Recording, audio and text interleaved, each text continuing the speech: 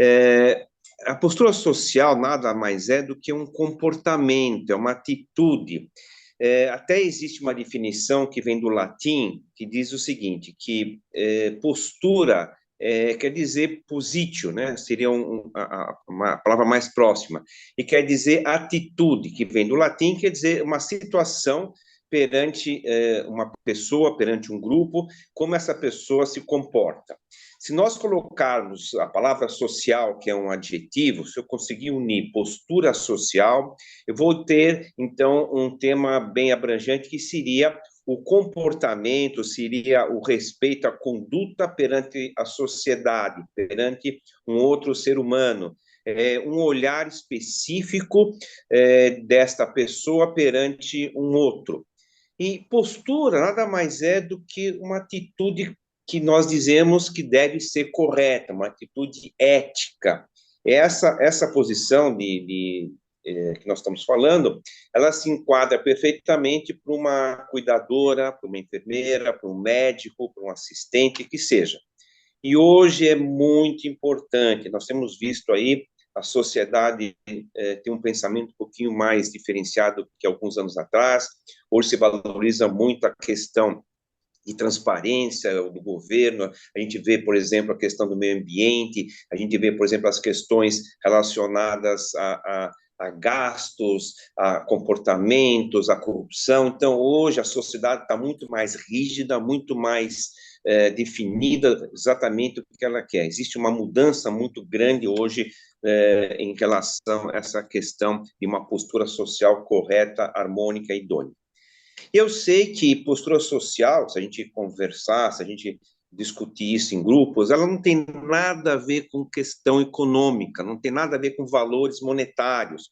Postura social também não tem nada a ver com formação acadêmica, não tem nada a ver com status da pessoa, não tem nada a ver com liderança, com agressividade, com empenho. Postura social nada mais é do que um comportamento, é uma atitude, uma relação entre duas pessoas de uma maneira um pouquinho mais harmônica, mais sensata. Isso quer dizer postura social.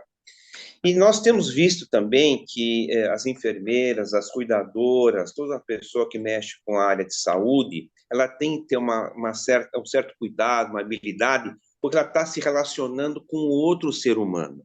Existe essa relação hoje é muito importante.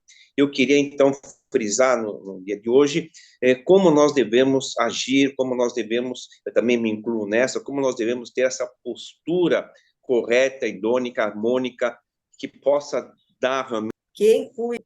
Então, poder percebendo que conforme vão surgindo mais dependências, mais dificuldades, exige uma presença maior da pessoa que está ao lado. Pode ser uma família, pode ser um filho que mora junto, pode ser um enfermeiro, um cuidador, empregada, não importa. Mas já é alguma coisa que chama atenção pela necessidade de estar muito mais próximo do que deveria. Tipo, você foi ao banho, quem acompanhou no banho? Quem saiu, acordou? Onde que ela estava? Então, eu penso assim, que é uma percepção da transformação do status da pessoa, primeiro, né? E depois, conforme vai surgindo essa demanda maior, é uma preocupação, tanto da senhora que está ali para receber o cuidado, quanto das pessoas que estão próximas, filhos, amigos e parentes, serem, assim, pelo menos comunicados de que está havendo essas mudanças.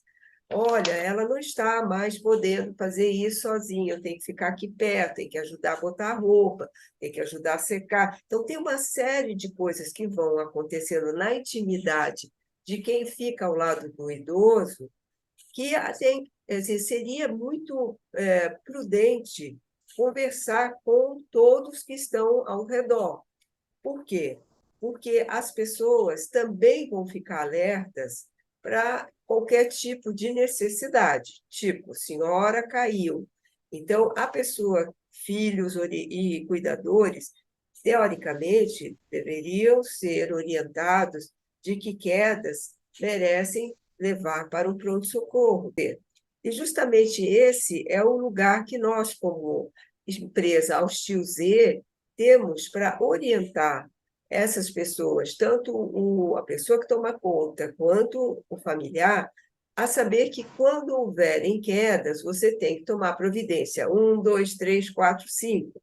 Primeira, ligar para todos. Segunda, levar para um atendimento ambulatorial, médico, que seja.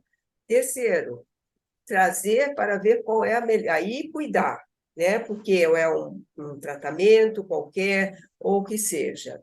Então, essa situação do autônomo, deixa que eu resolvo sozinho, isso não é uma questão, eu acredito que não é uma questão ética, é uma questão de poder entender que a responsabilidade, eu acho que E entra aí no seu assunto, a responsabilidade de quem cuida é muito maior do que se pensa.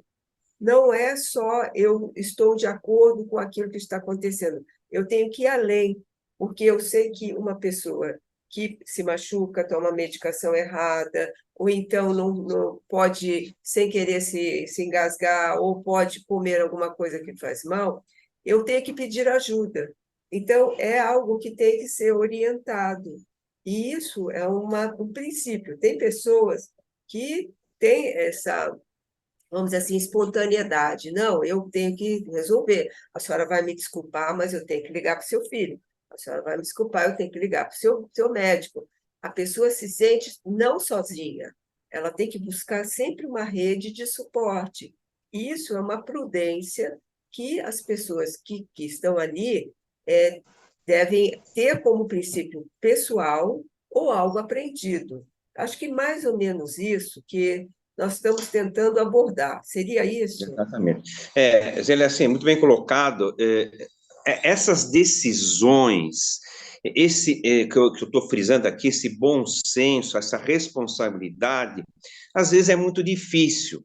Mas o que eu estou brigando, entre aspas, eu estou tentando colocar esse tema em discussão, é assim, qual é o momento correto, o que ela deve fazer primeiro, segundo, terceiro, ela tem que ter essa autoconfiança para decidir qual é o melhor passo a ser feito, qual é a melhor, o que eu vou fazer agora.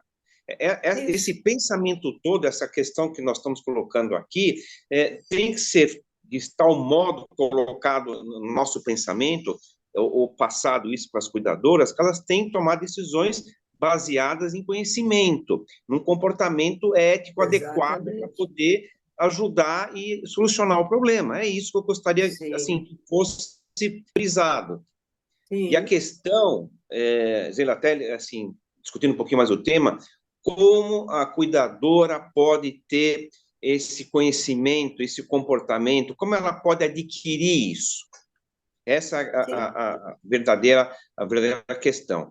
E até vou contribuir um pouquinho com essa resposta, dizendo o seguinte, que ela só pode ter essa autoconfiança, essa responsabilidade e esse comportamento adequado se ela tiver prática, Isso. se ela tiver experiência e Sim, ela assumir responsabilidades pelo conhecimento que ela tem.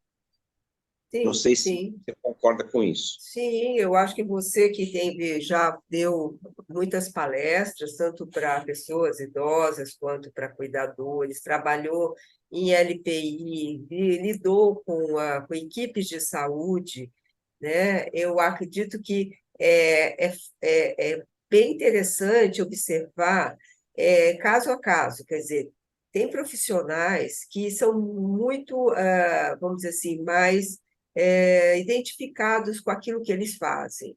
Então, eles Perfeito, buscam sempre um aprimoramento, eles buscam uma formação, eles perfeito. buscam falar com um colega. Então, Colocar isso é bem. algo que é, vamos dizer assim, eticamente necessário como profissional, eu como Perfeito. psicanalista, psicóloga, você como professor, e trabalha também com palestras, comunicando saúde, né, meio ambiente e cuidados com os idosos. Então, todos nós temos que nos responsabilizar pela nossa capacitação. Essa Perfeito. capacitação, ela não é algo que é para nos colocar numa coisa amarrada, assim, tipo, não, você só pode fazer dessa maneira porque tem que ser assim. Não, você tem que ter o bom senso apoiado no seu conhecimento adquirido Perfeito. e Isso cada mesmo. vez mais você Isso. vai juntando seus valores, sua ética, seu aprendizado, sua experiência, ao seu aperfeiçoamento para se tornar um profissional cada vez melhor.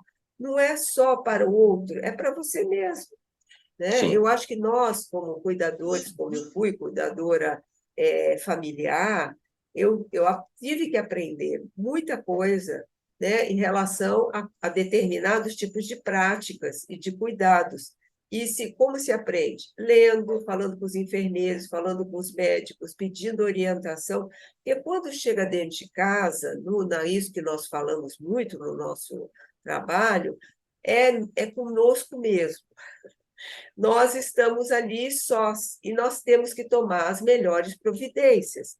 Por isso que o trabalho da UXZ, ela é uma orientação para o cuidador no âmbito domiciliar, que é a hora que você tem que acionar tudo isso que a gente acabou de falar. Prática, Exatamente. a sua aprendizado, o seu bom senso, a chamar o vizinho, não importa, né?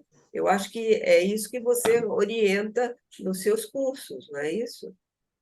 Perfeito. Exatamente. Exatamente.